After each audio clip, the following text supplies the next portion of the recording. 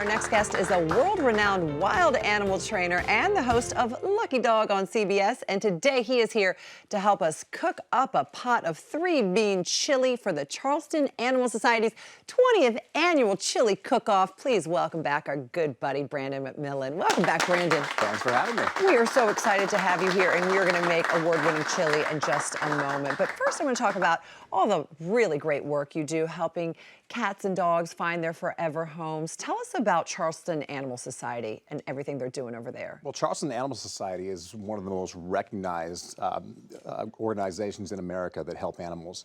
They've been around since 1874, and their main mission is the prevention of cruelty to animals.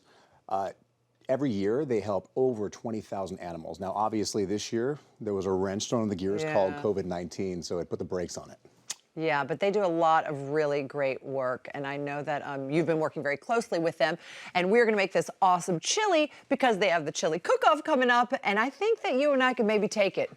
What do you think? You think we can make it happen? First of all, I'm such a bad cook, my dogs don't even like my cooking. That's why I came to Home and Family. You guys are the best in the business. That's why you're here. Yes. When I say we, I say mostly me, but you're going to implement it. I still might be hopeless. That's why you're here trying to help me. We'll see what happens. But this smells great already. It is really good. We're going to do it, and we're going to raise lots of money for Charleston Animal Society, which is the most important thing. Okay, so what you have in front of you, in that Dutch oven, pull it over onto the heat. Yep. We have some, can you smell and tell me what you think it is? Okay, I know it's lots of garlic. I'm guessing some onion. Good news. Okay, all right. My two favorites, by the way. We're off to a great start. Garlic and onions. And so we're just sauteing that with a little bit of olive oil. Now we're going to start layering our flavors for our chili. So we're going to put our spices in. Okay. Right in front of you, you have some paprika. You have some cumin, some coriander, some oregano. You just keep start dumping them in? Dumping it in. Not a And you're going to start toasting them up in there with our onions and our garlic. Alrighty. There's your oregano, a little bit of salt. Boom and boom. There you go. Dash it. Oh, it's stuck. There you go. There we go. You might get your finger. Get in there. There we go. There you go. All right, now start mixing that together. Toast up those spices.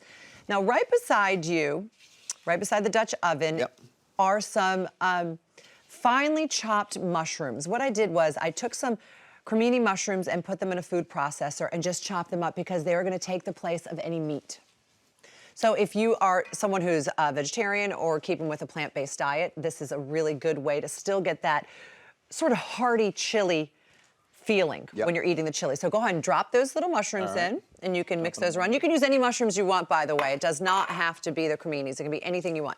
Oh, these are thick. They're going to be. It's going to be really good. We're going to send you home with this. You're going to appreciate it. So now we have 3 beans that I'm putting in here. These are thin-skinned beans. Do you know what those beans are? I'm going to say kidney? Kidney beans. Oh, okay, well done. All right, drop those in. Dump it in. All right. What about those ones? Oh, you're going to put me on the spot here. I'm going to say brown beans with little speckles. How's that? Pinto. Okay, pinto. I was close. All right, good enough. And these? I'm guessing white. Well, you know what? Some people call them white beans. They're navy beans. So drop those in. Why are they called navy beans when they're white? You know, that is a very good question. If anyone at home knows, let us know. There you go. So now you're going to drop it. You're going to pour in this beautiful vegetable broth you have here. All right. Pour that in. You're going to add the bay leaves. Oh, yeah. Look at that. So nice. Whole thing? Yep, the whole thing. Bay leaves, and then our chilies. Now, these chili peppers some are sweet and some are smoky. Now, those are basically going to disintegrate. Just drop them all in there. Just dump them in, okay. They're going to disintegrate because you are going to be cooking this with the lid on for about an hour and a half to 3 hours. You can go back and check and see how it's coming along. And the reason being is depending on the age of your beans. If your beans are younger beans, they'll only have to cook about an hour and a half. If they're older beans, it'll be about 3 hours. So you have the swap out right in front of you on the other side. Okay. Okay, now, in front of that, you can take that off and just put the lid on that one. There you go, and let that cook up. That's the one you'll be taking home later. So in front of you, in that saucepan in front of you, is our tomato base. And you can pour that all into the chili, and I'll tell you what's in there. That was just tomatoes, some onions, some chili powder, a little bit of beer, a little bit of apple cider vinegar. Should we add more beer? If you'd like to. Just throwing that out there. Chili beer is very good. Okay, let's add a lot more. Yeah, it's very good. Or beer chili or chili beer, something like that. Anyway, so the reason you don't want to cook the tomato base with the beans is because if you do, there is a sort of an enzyme in the tomato. It's the acid that will not allow the beans to actually cook fully. So you want to cook them separately and just add it at the end. Gotcha. Then over there we have some corn And dump it in. Dump in the corn. Dumping in. And then we have some diced up green chilies right there that you can dump in as well. All right.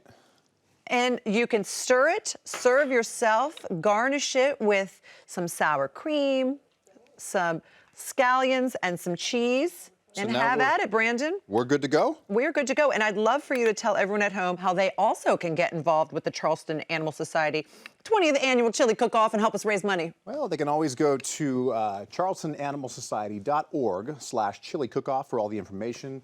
There's going to be a Facebook Live event on November 21st, and it's going to be on my Facebook page too. So you can find the information to donate and the whole nine.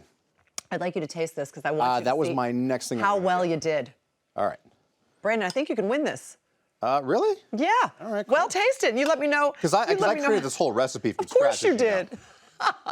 And while Brandon decides whether he's going to be a winner or not, I'm going to let everyone at home know that you can learn more about the Charleston Animal Society's annual chili cook-off by visiting charlestonanimalsociety.org/chili cook-off, and make sure to visit hallmarkchannel.com for this amazing recipe. It's going to be the winner. Right, Brandon? Oh my gosh, this is amazing.